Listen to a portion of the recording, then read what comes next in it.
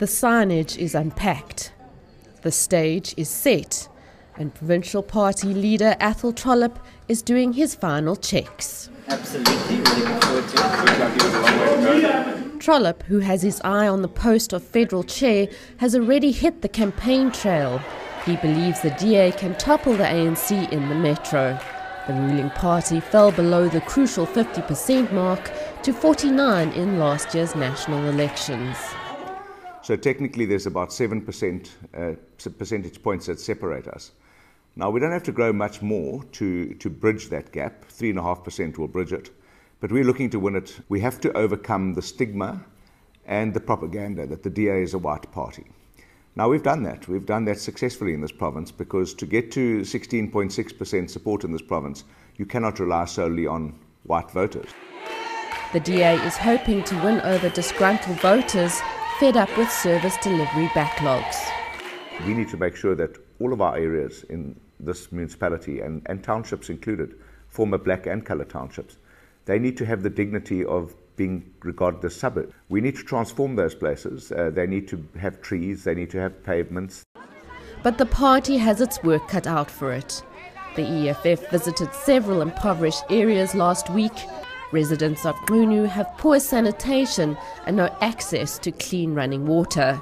They say the Metro promised them houses years ago.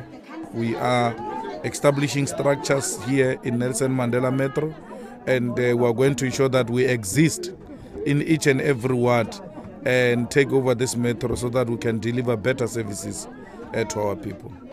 Along with internal leadership battles, the backlog in the delivery of houses is one of the ANC government's biggest headaches in this area.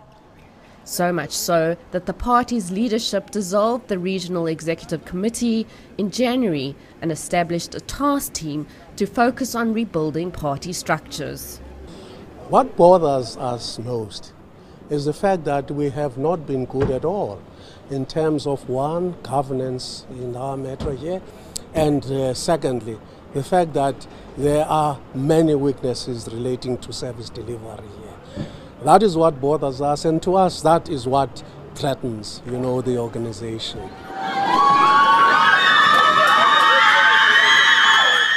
ANC top dogs visited the province earlier this week to assess the progress made.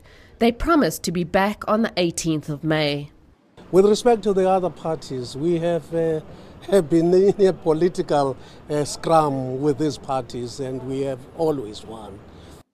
That may be, but at least one analyst believes it's unlikely any party will win an outright majority.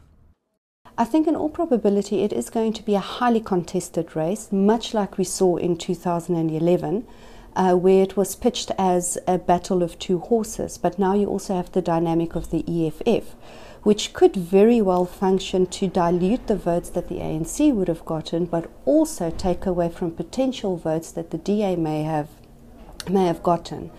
I think for the Metro in particular, it could come down very much to coalitions, a situation where you find a political party does not necessarily have an outright majority, making your smaller parties the proverbial kingmaker. At this stage, the DA says it's aiming for a majority win and will only consider a coalition once the votes are in. Sandy McCowan, Port Elizabeth, Eastern Cape.